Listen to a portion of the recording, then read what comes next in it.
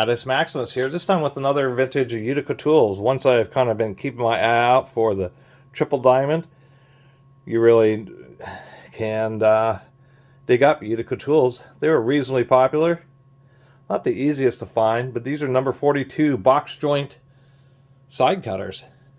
I find these kind of interesting because they are, well, unfortunately, the ones I found here. Actually, the whole jaw is really nice condition, except for right at the tip where somebody was cutting something and really damaged it pretty good. But these are like a blunt nose. And initially I thought, oh, it had a damaged tip. These must have come out to be sharper. And then somebody ground them down. But I'm not so sure that somebody actually ground them down. I think, because if you look at the way the forging is on the inside and the shape on the interior of the jaw, it actually kind of looks like that's their intention. Of course, they're box jaw or box joint. The reason box joints are so nice is because really the rivets being supported on both sides. If you do, and when it comes to pliers, when you're doing heavy twisting action, it really just provides a lot of support. The rivet doesn't want to come loose because it's once again evenly supported on both sides. And even though standard rivets, like on all these cutters here, and general pliers really do hold up pretty well over lots of years of heavy use, they do get a little bit looser. And that's what's always been kind of what has made box joint type hand tools, pliers, cutters, etc. More coveted, is just the fact that having it sandwiched like this just really makes for a tool that is really robust and lasts for a long time.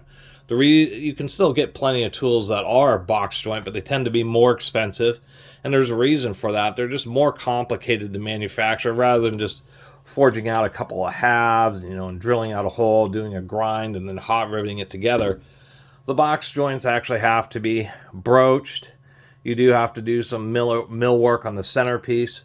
Of course, you're wondering how on earth they get this jaw through here. It's another more expensive process because after they broach it, they have to heat this up. They use a swage or a pin to actually expand these out wide enough to push the inner jaw through, and then they have to hammer it back flat again or press it flat. So it's another big operation, and it makes just for a more expensive tool.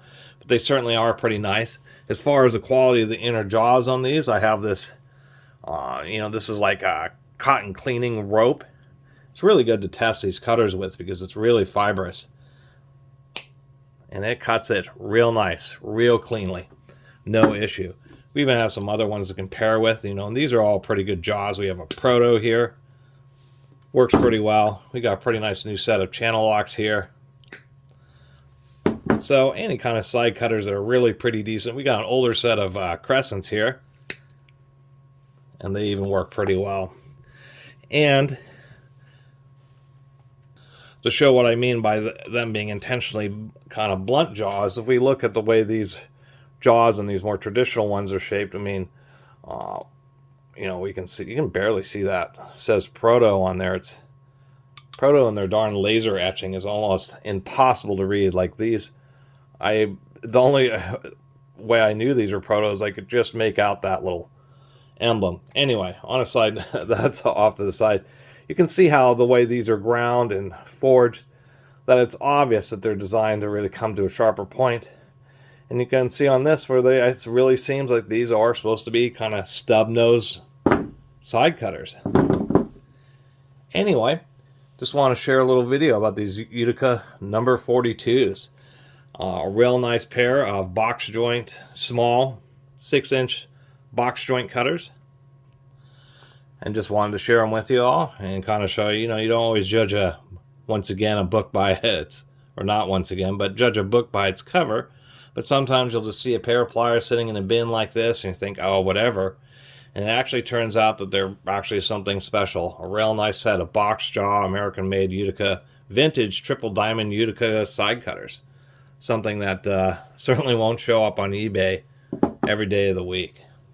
And finding these tools, give a little tip. It's just not, you just grab something and you look. Something like these Crescents here, you can barely read that it says Crescent. It's almost impossible, but actually when I saw these, it was easier for me to see this portion where it says Crestalloy. And I thought, oh, okay, I can just make out a little USA, but I could easily make out the portion of crystalloy, and knew that they were crescents and something worth picking up.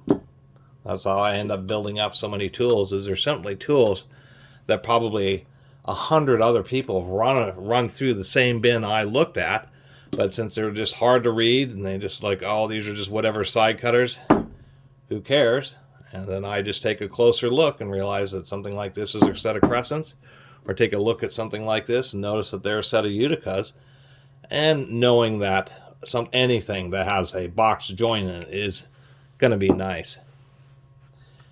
Really appreciate everybody who's been watching and subscribing, and if you haven't subscribed, please do. Till next time, Catus Maximus out.